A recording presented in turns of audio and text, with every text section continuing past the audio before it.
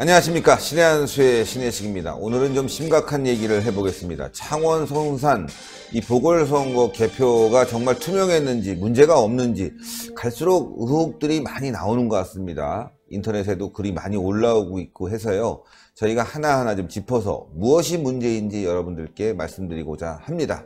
이와 관련해서 우동균 기자 나와 있습니다. 안녕하십니까. 안녕하세요. 예.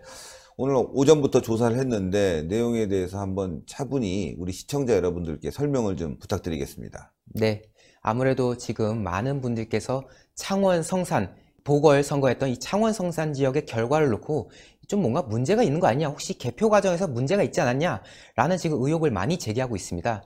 제가 이번에 중앙선거관리위원회 홈페이지를 가봤는데요, 거기에 메인에 이런 말이 있더라고요.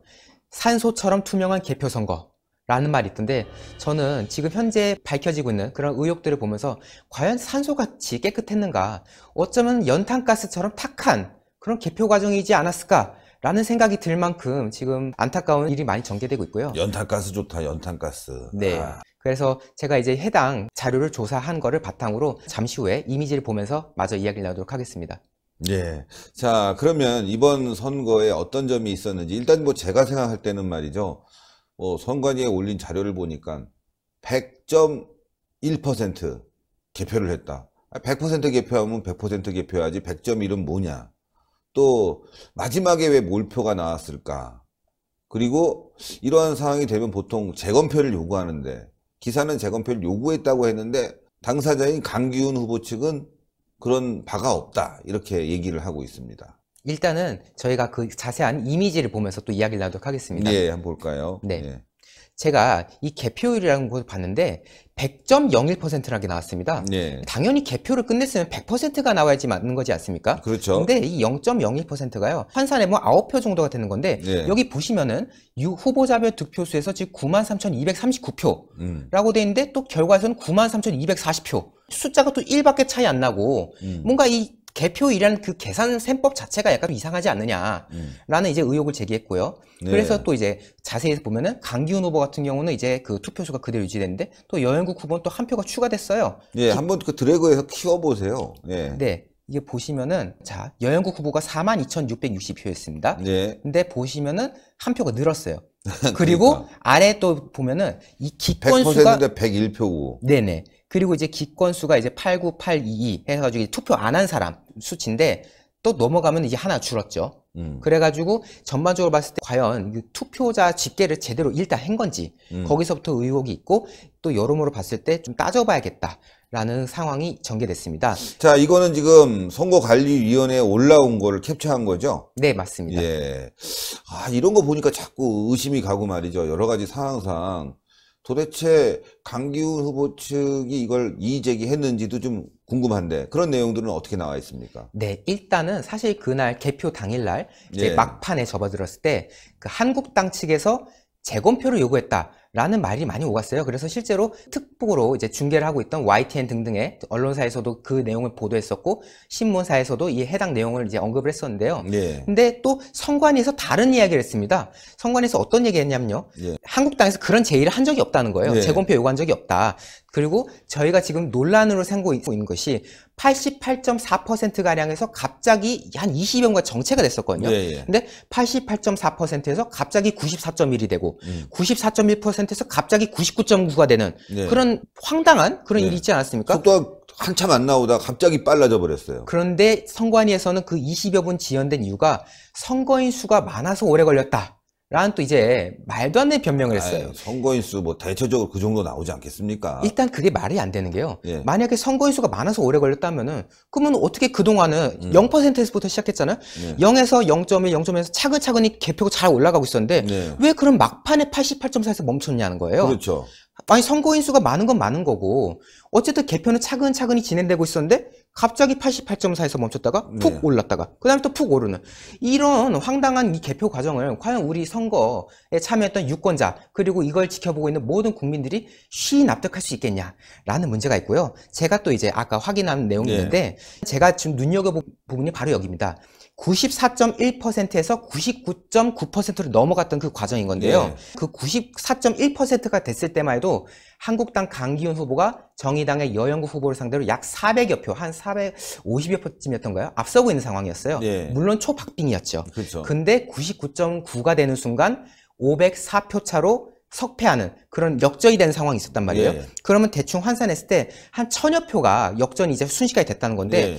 그 94.1에서 99.9로 가는 그 표차가 5.8%지 않습니까? 예. 근데 이번 그 선거에 참여한 수를 따져서 환산했을 때 약 그게 한 5,400여 표 정도가 됩니다. 예. 근데 그 5,400여 표를 깠더니 1000표가 역전이 됐다. 그러면은 이걸 다 따져보면은 한 한국당 비롯한 이제 다른 후보들 있죠. 뭐 바른미래당 등등 이러한 표들이 약 한 2천여 표를 받았고 그럼 정의당 여영국 후보가 약 3천여 표를 받았다는 거예요. 예. 그러면 비율로 따지면 4대 6이지 않습니까? 예. 근데 저희가 앞서 개표 과정을 보셔서 아시겠지만 이번에 0.5% 차로 거의 45대 45의 박빙의 승부였거든요. 예. 근데 막판에 깐 표는 40대 60이었다?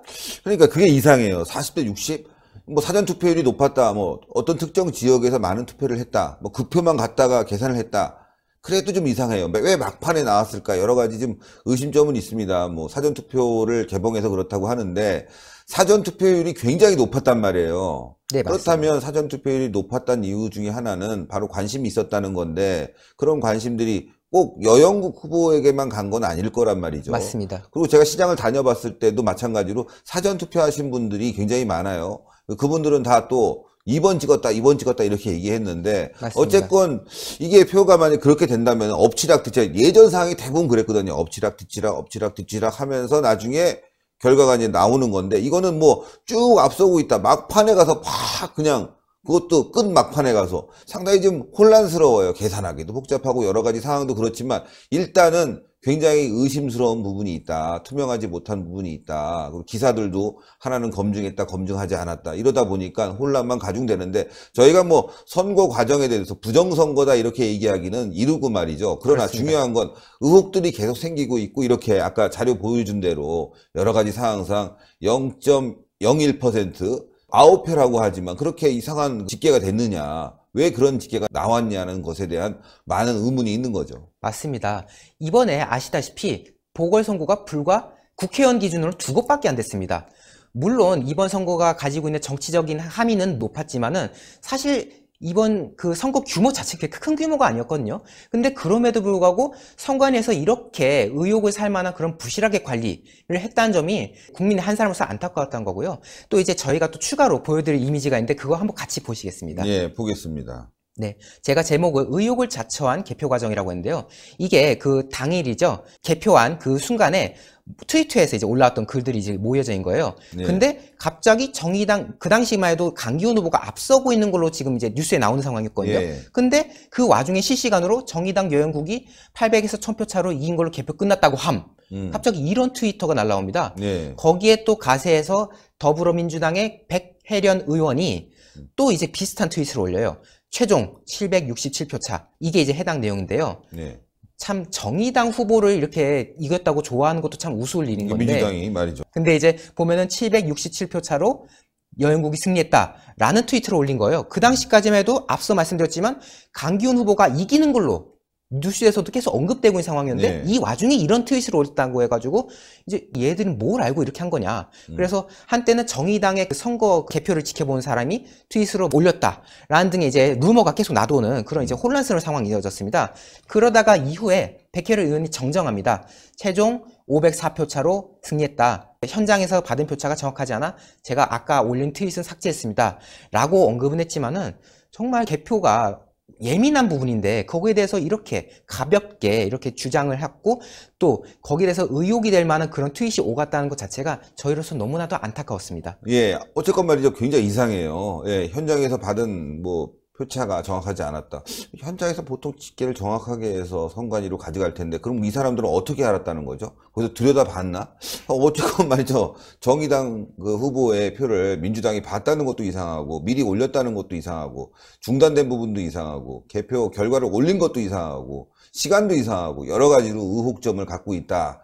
그래서 이런 부분이 좀 투명하게 해소돼야 되지 않겠느냐라고 생각합니다. 네. 마지막으로 말씀 부탁드립니다.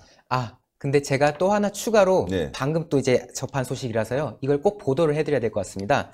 노영민 대통령 비서실장이죠. 노영민 비서실장이 지난 4일에 국회 운영위에 출석을 했습니다. 이 당시에 자유한국당의 강효상 의원이 노회찬 의원의 지역구였던 청산 지역에서 불과 500여 표 차로 이겼는데, 그 여야 그 단일 후보 말하는 거겠죠. 이겼는데 어떤 교훈을 얻었냐라고 물었는데 아주 황당한 답변을 내놓습니다. 이 노영민 비서실장이 말이죠. 창원 성산 지역은 지난 대선 때 문 대통령께서 41%를 얻었던 곳이다. 근데 이번에 여영국 후보가 45%를 얻었으니 4% 정도 지지도가 높아졌구나 라고 생각했다 라는 답을 한 거예요. 저는 참 어이가 없는 게요. 지금 여영국 후보가 민주당 후보도 아니지 않습니까? 엄밀히 말하면 정의당 후보로 나왔어요. 그러니까. 정의당 후보로 나온 사람이 이긴 거 가지고 대통령 지지율 논한 것도 웃기고, 뭐 이제 문 대통령이 대선 때 41%였는데 여기 이번에 45% 받았으니까 4% 지지도 걸렸다? 아니 그런 식으로 따지면은 강기훈 후보도 이번에 45%를 받았습니다. 그럼 자유한국당의 지지도도 그럼 45%겠네요. 저는 이런 걸 되묻지 않을 수 없고요. 아니 정말 이분이 한때 또 국회의원 시절에 카드 단말기까지 의원실에 내다 놓고 책을 팔았던 책팔이시지 않습니까? 근데 나름대로 이렇게 셈이 좋을 거라고 생각하셨던 분인데 이런 식의 주장한다는 것 자체가 정말 국민의 한 사람으로서 황당해가지고 제가 이 소식을 마지막으로 언급드렸습니다. 네, 아유 고생하셨습니다.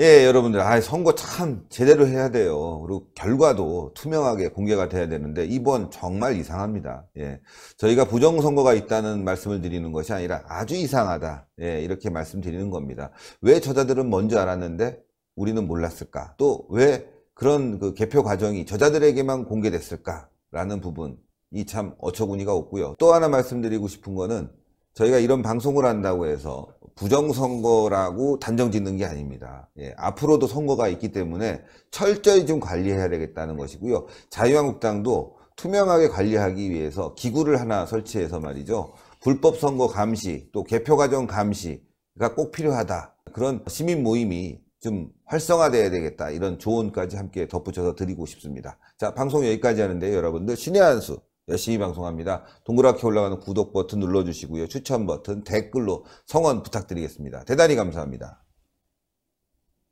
고생하셨습니다. 감사합니다.